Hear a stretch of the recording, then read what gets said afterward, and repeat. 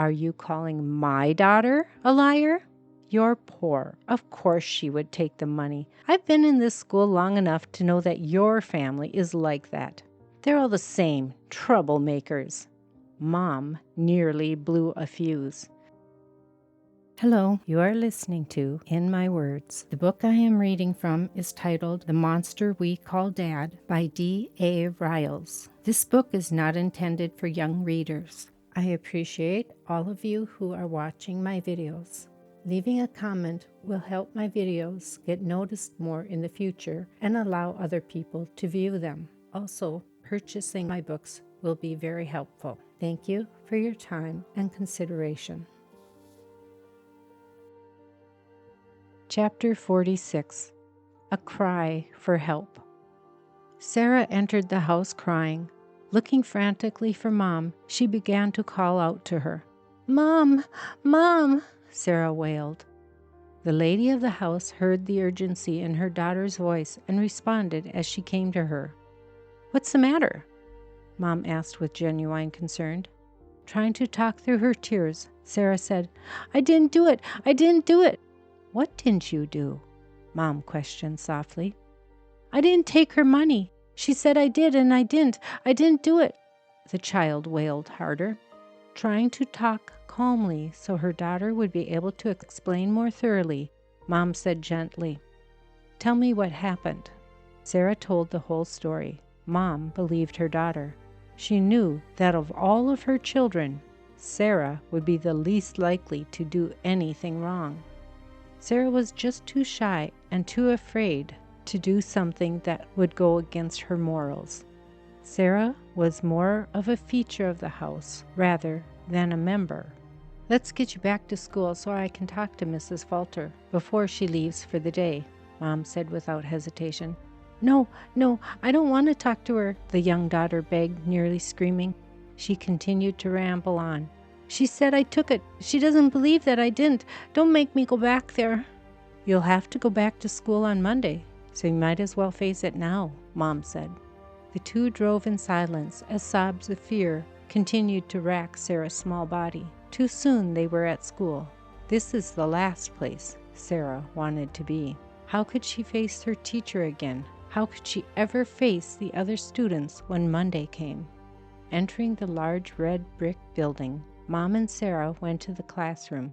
Seeing Mrs. Falter sitting at her desk, Mom walked boldly up to the teacher as Sarah hid behind her legs. Mrs. Falter barely acknowledged her appearance. Mom began to speak clearly and concisely as she pulled her daughter out from behind her. "You accused my daughter of stealing money." The pompous teacher continued to snub the woman before her as Mom further added, "Sarah would never do something like that." Raising her voice to gain Mrs. Falter's attention, Mom added, "How dare you speak to her so harshly?" Mrs. Falter countered, "Shelley Shortall saw Sarah take her money, and Shelley would not lie." "Are you calling my daughter a liar?" "You're poor. Of course she would take the money. I've been in this school long enough to know that your family is like that. They're all the same, troublemakers." Mom nearly blew a fuse. "How dare you? You have no proof. You rifled through my daughter's desk and found nothing. You searched my daughter's pockets and bags and found nothing. What's the matter with you?" Mom was fuming. If it were possible, smoke would have been coming out of her ears. Sarah could hardly believe what she was hearing. Mom was defending her. Mom knew Sarah didn't do it. Perhaps Mom does love me. Mom continued her attack on Mrs. Falter. "If you don't apologize to my child, I will have you fired for your actions." Mrs. Falter's head began to hang in shame. The woman behind the desk had a strange emotion pass over her as Mom talked.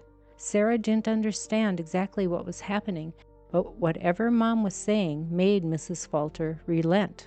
She mumbled something, but Mom was unable to hear it. "I'm going to call Mrs. Shortall and speak with her about her daughter's lies. Give me her phone number. I can't believe you would be so merciless to such a small child just because we're poor. What a bunch of crap. What type of teacher are you?" Mrs. Falter's eyes welled up with tears. One accidentally escaped as she quickly brushed it away. "I'm sorry," she muttered sincerely. "I shouldn't have said Sarah took the money without proof. I will talk to Shelley on Monday and clear this up." "Good. And you better get the full true story from her, 'cause I'm talking to her and her mom today." Mrs. Falter gave the outraged parent Mrs. Shortall's phone number. Mom turned on her heel and took Sarah with her. Sarah had hoped that that would be the end of the horrible day, but it wasn't. When they arrived home, Mom called Mrs. Shortall. "Hello," Mrs. Shortall said as she answered the phone. "Hello," Mom responded sharply. "This is Mrs. Schultz. I'm Sarah's mom." "Yes, Shelley told me about her," the faceless lady replied blandly. "What do you mean by that?" Mom asked with defiance in her voice. "Shelley told me what happened at school today." "What exactly did she tell you?" Mom pushed on, unsure where the conversation would lead. "Shelley said that Sarah took her lunch money." Mom waited for Mrs. Shortall to finish her sentence. A sudden shift came to Mrs. Shortall's voice as she stammered. "When Shelley came home, she was thinking that Sarah took her money, but then, well, hedging, she was unable to finish her thoughts. "Well, what?" Mom said impatiently. "Well, when she took off her shoes, that's where her money was. I guess she put it in there so she wouldn't lose it." "Put Shelley on the phone," Mrs. Schultz demanded. "I want her to apologize to Sarah." Mrs. Shortall called her daughter over to the telephone. As Sarah waited, Mom handed the receiver to her. "Hi, Sarah," Shelley said with hesitation. "My mom says I'm supposed to say I'm sorry for blaming you." Quietly she added so her mother would not hear, "I don't like you." Then in a louder tone, she said, "I'm sorry for saying you took my money." Sarah knew the spiteful child didn't mean it, but said nothing. It would be a long weekend for Sarah, but come Monday it might be worse. Handing the phone back to her mom, Jane said with warning, "Shelley better not take her bad behavior out on my daughter. Do you understand?" Mrs. Shortall knew what Sarah's mom was saying. It was a subtle warning for Shelley not to be mean to the girl anymore. So Mrs. Shortall made it very clear to her daughter to leave Sarah alone. Several minutes after hanging up with Mrs. Shortall, the phone rang again. "Hello," Mom said. "Hello, Mrs. Schultz?" the female said. "Yes, this is Mrs. Falter. I called Mrs. Shortall, and she told me what happened.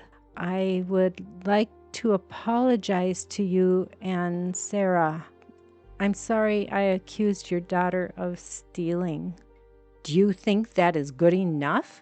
Mom questioned, still furious with the teacher. What do you mean?" Mrs. Falter countered. "On Monday, I want you to tell the whole class the truth, and both you and Shelley should apologize in front of the class." Now knowing better than to spar with Mom, Mrs. Falter agreed. So when Monday came, Mrs. Falter did as she said she would. Both she and Shelley apologized.